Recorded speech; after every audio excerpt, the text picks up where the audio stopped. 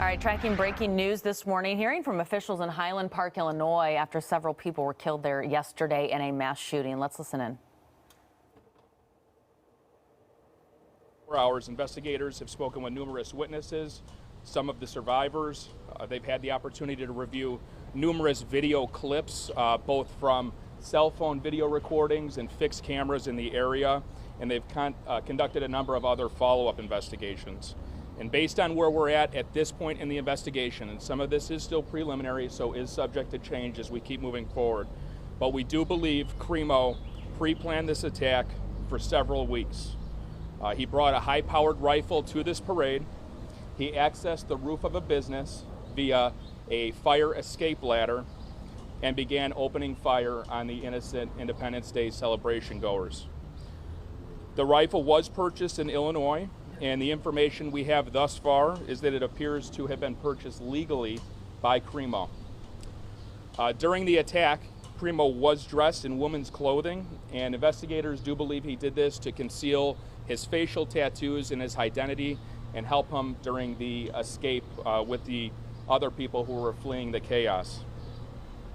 During the attack, we believe that Cremo fired more than 70 rounds from this rifle into the crowd of innocent people.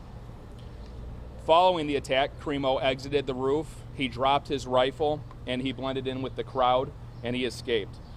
He walked to his mother's home, who lived in the area, and he blended right in with everybody else as they were running around, almost as he was an innocent spectator as well. He borrowed his mother's vehicle. We issued an alert yesterday afternoon.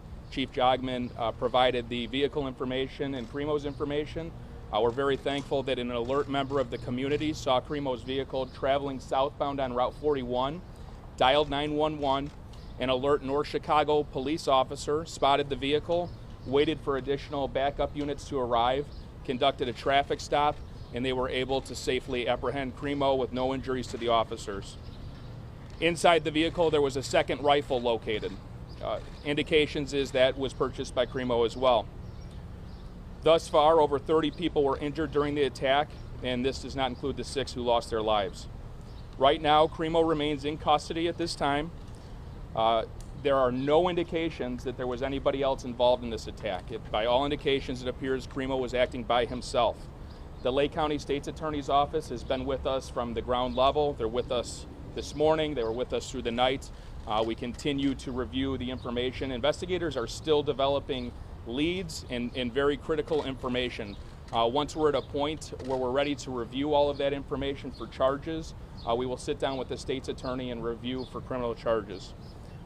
I'm going to turn this over to the mayor, and then I'll be back up to answer questions. Mayor, thank you. Thank you. Today is a day of grieving together, a day to pause, a day to remember those who left us, those who were injured, and for strength for our community. Several vigil and prayer services are taking place today, both inside and beyond Highland Park. They are as follows. The Community Church of Lake Bluff, 117 East Scranton Avenue, Lake Bluff, will hold a prayer service today at noon. The service will include prayer and music at Christ Church on the corner of Route 60 and Waukegan Avenue in Lake Forest. Trinity Grace Church and Christ Church has organized a community prayer gathering at 3 p.m. at Trinity Grace Church, 1506 Half Day Road, Highland Park. Everyone is welcome. Highland Park Presbyterian Church, Trinity Episcopal, and other area faith leaders will hold an ecumenical community prayer vigil today at 7 p.m. at the Highland Park Presbyterian Church, 330 Laurel Avenue, Highland Park. All are welcome.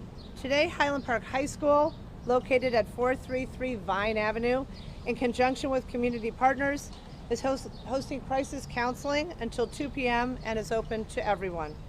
No appointments are necessary. Additionally, a family assistance center will open tomorrow, July 6th at noon, to provide support services and crisis assistance to those who were directly impacted at the parade. The location and hours of operations are pending. We'll get that information to the community as soon as we have it. Please go to the city website for more information. The Highland Park Police Department, the American Red Cross, and the FBI Victim Services Response Team are assisting with additional partners. The teams will engage with victims and families to assess their immediate needs and provide crisis intervention and other forms of emergency assistance. Anyone who is a victim of the incident and is in need of support can call 800-CALL-FBI.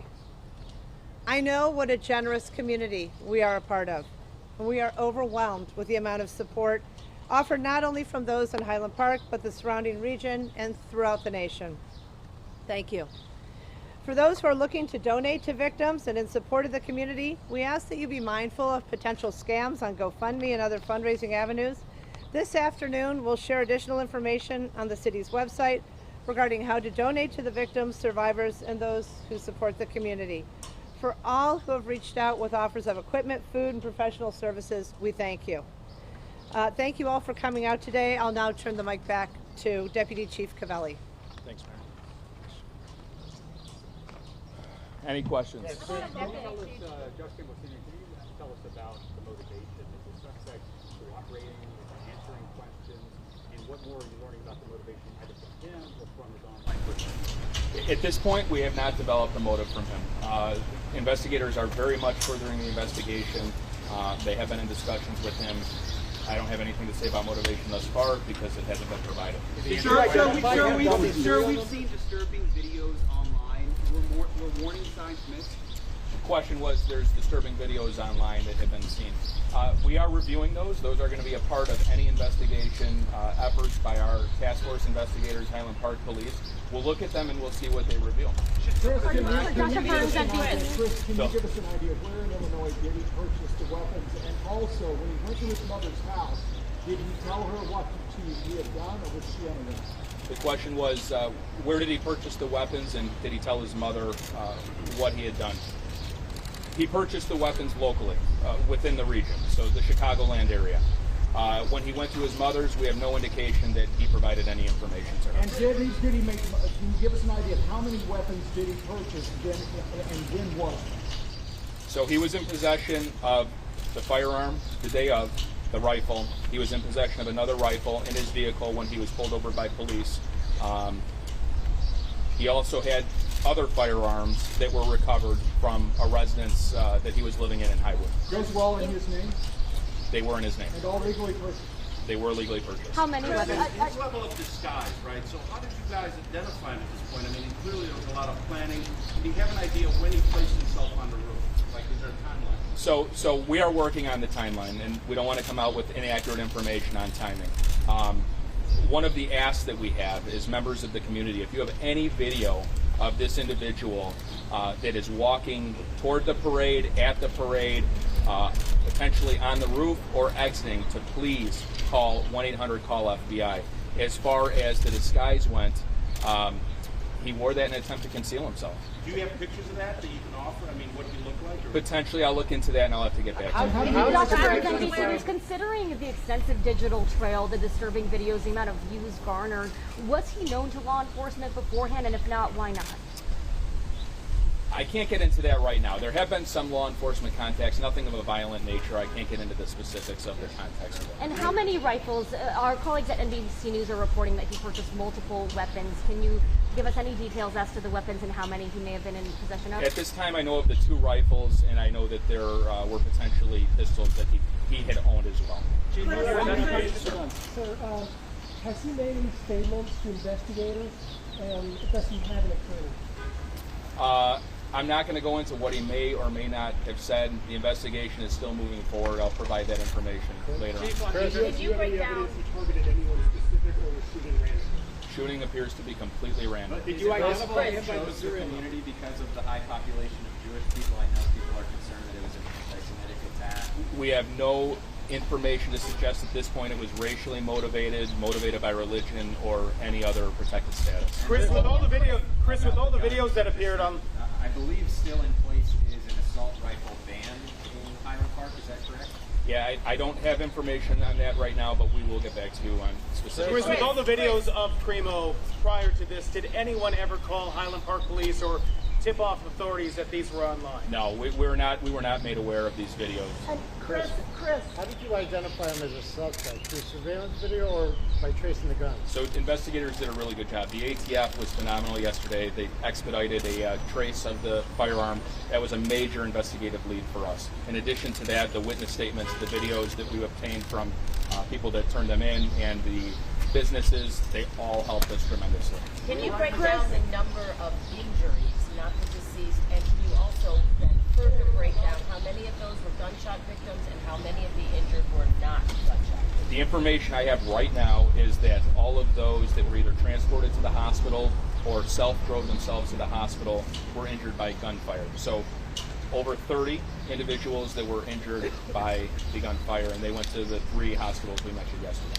Chris, if he was dressed up as a woman, how were you able to identify so early on that you were looking for a male and the age range? He was identified by a number of, there were police officers that were able to recognize his photo once it was revealed, and that helped So tremendously. Chris, can you help us to understand, when you say you know he was dressed as a woman during the shooting, is that based on photographic evidence or what eyewitnesses have said? And also, can you tell us what type of weapon was used? So it was a high-powered rifle that was used. It was shot high-velocity rounds. Was it an AR-15? It could be similar to an AR-15. It was similar to an AR-15.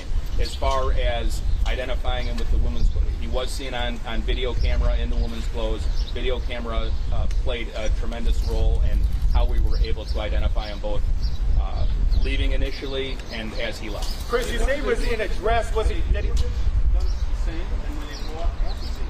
Different and bought at separate locations. did he also have any more to a disguise? Did he have a wig on? Because it was reported that it was a man I'm not with long exactly hair. sure what the woman's attire consisted of. Initially, it was reported that this person had long hair, so a wig isn't out of the question. Chris, can you tell us more about the business where he was? Which roof was he on and how did he get there exactly? Can you repeat that? Can you tell us more about the business where he was? Which roof was it and how did he get in there? It was a local business right in that vicinity. I'm not sure the name of the business. He was able to access the roof through a ladder that's affixed to the side of the building. We'll take 3 more. What happened with that clothing? Did he dump it somewhere or did he have it on him?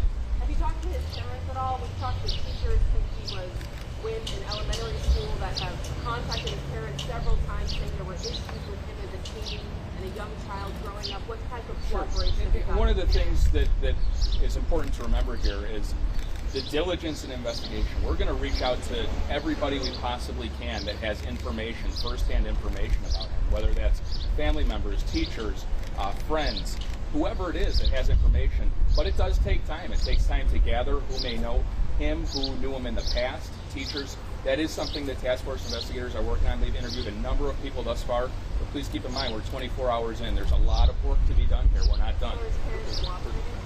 I don't want to get into levels of cooperation. No indication the weapons were modified. One more. No children have passed away. We'll take your last one. They gave the doctor weapons. What address did he give? I'm not sure what address he gave. I can get back to you on that. All right, we'll be back this afternoon about 3 o'clock. We hopefully have an updated status on charges. He'll remain in custody at this point. 3 o'clock. Thank you. Mayor, can you talk about how you knew him as a young boy?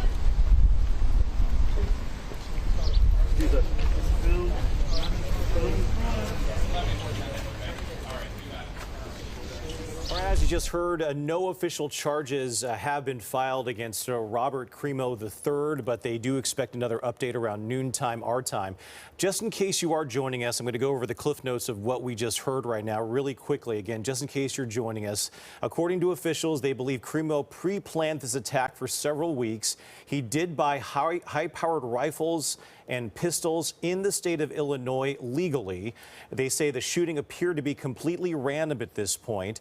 They also say he dressed in women's clothing at the time of the shooting yesterday, basically to hide his neck tattoos that he had. They also say he fired 70 rounds. He blended into the crowd. Somebody saw his car southbound on the interstate there. They were able to find that car. 30 people were injured. 6 people lost their lives. They believe he acted by himself, and that at this point they're still working on a timeline right now in terms of what happened. But again, no official charges as of yet. we do expect another update just a few hours from now. Also, no information on a motive at this point either. Right. They're not releasing that. So going to, as you just heard, hear another update from police this afternoon. They said 3 p.m. Illinois. So in a few hours here. Yep. So we will update you as we learn more about that this morning, but wanted to bring that to you live.